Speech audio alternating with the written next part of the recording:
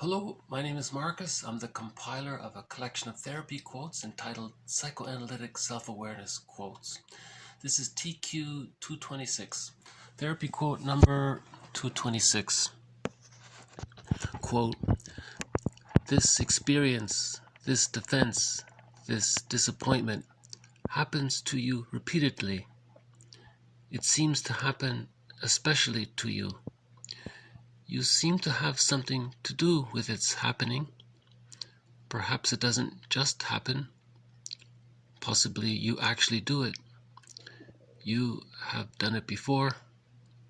Perhaps you have some hidden purpose behind it, a purpose which was once valid but which is no longer valid. This can be seen as what your script does to you.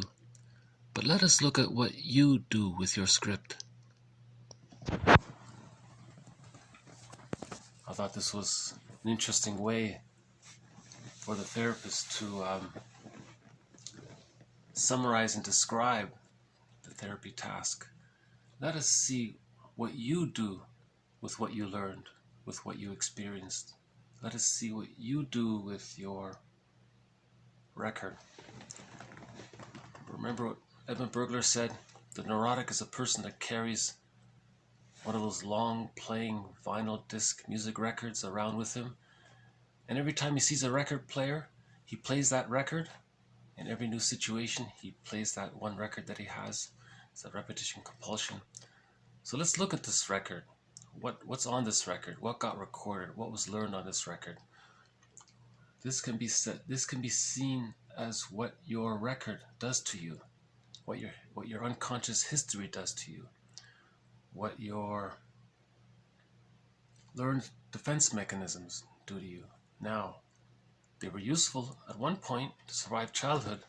Now they're no longer valid because you're no longer in that baby-mother relationship. You're not in that stage of symbiosis between, from birth to 6 months, there's that stage of symbiosis where the baby doesn't know where he ends and the mother begins. So that's no longer valid anymore as a grown adult. Right?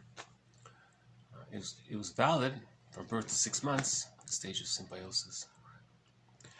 Just for example, but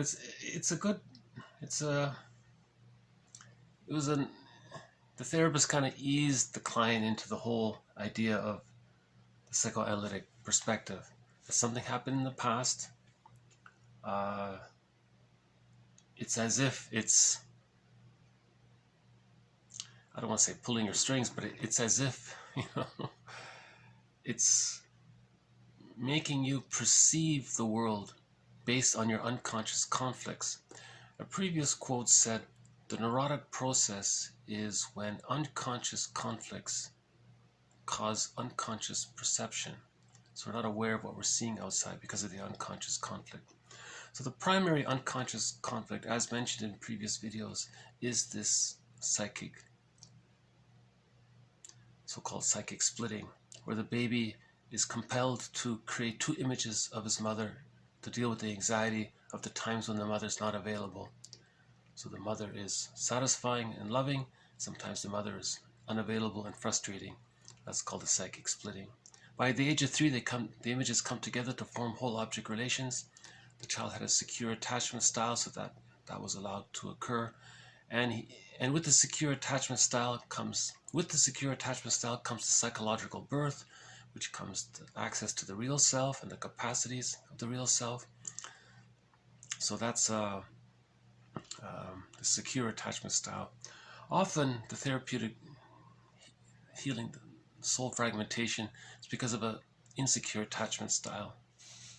So this the first part of this quote was about the pattern. It's happening again. Maybe you're making it happen, but you're not aware of it. So there's that unconscious influence. Once more. The therapist says, quote, "This experience, this defense, this disappointment happens to you repeatedly. It seems to happen especially to you. You seem to have something to do with its happening. Perhaps it doesn't just happen. Possibly you actually do it. You've done it before. Perhaps you have some hidden purpose behind it, a purpose which was once valid but which is no longer valid. This can be seen as what your script or your record or your past or what you learned or what you experienced does to you. But let us look at what you do with your unconscious history. Yeah, that's another way of saying it. This can be seen as what your unconscious history does to you. But let us look at what you do with your unconscious history. That's what Lowell called moral agency. If you're looking at what you do with your unconscious history, that's exercising moral agency. That's what Wilson meant in the previous video for the personal moral revolution, to look at what a person does, to look at what one does with their unconscious history. Right? You see how he emphasizes, it seems to happen especially to you.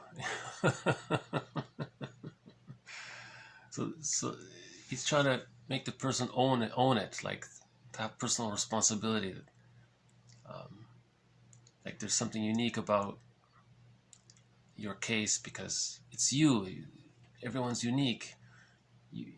Only you are using this particular combination of defense mechanisms to this degree and in this way. You know, that's Ubuntu, right? That's what we all have in common. We all have different ways. Like our record has different little musical notes on it, but we all have a record, and that's what we have in common, even though the notes may be a little different on the record, but we all have that record, right? So that's the perspective of Ubuntu, right? We find our humanness in our humanity. We find our record notes in our record, something like that.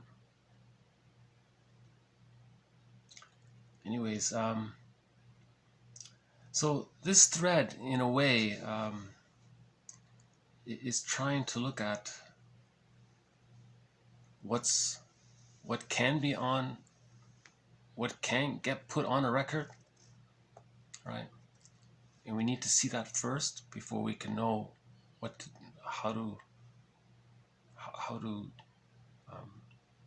heal the record, how to heal our memories. Right? So it's a great little quote. The therapist was very good. He said, "This can be seen, your repetition compulsion." See, this is about repetition compulsion. Remember, when there's a developmental trauma, the repetition compulsion can go awry. See, that's where projective identification is coming in, externalization, displacement, acting out. You're repeating the psychic splitting phenomena by projecting outward, and now you're trying to get your frustration out at your mother, but it's outward. Originally, the baby couldn't express his anger. The baby was in a double bind. He couldn't express his anger towards his mother. Now, in later life, you're trying to express your anger towards your mother, but it's gone awry because you're projecting the image of the refusing mother outwardly onto a non-threatening substitute, creating a rationalization, and so on, so forth. But that's called chasing a secondary delusion.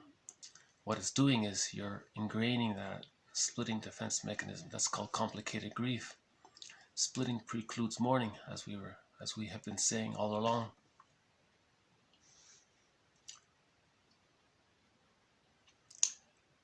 So, yeah.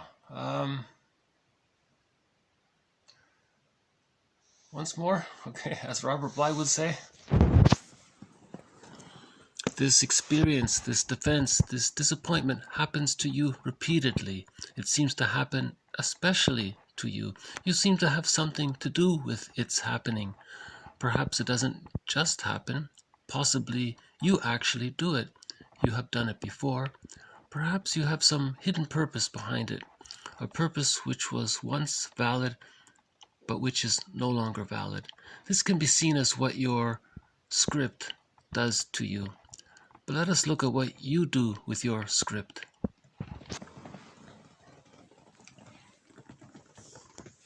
Yeah, so the idea is to rewrite the script, right?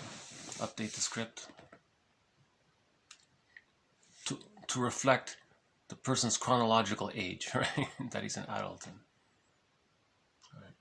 You can, rather than being a chronological adult with an infantile script, let's update the script to a more adult script, right?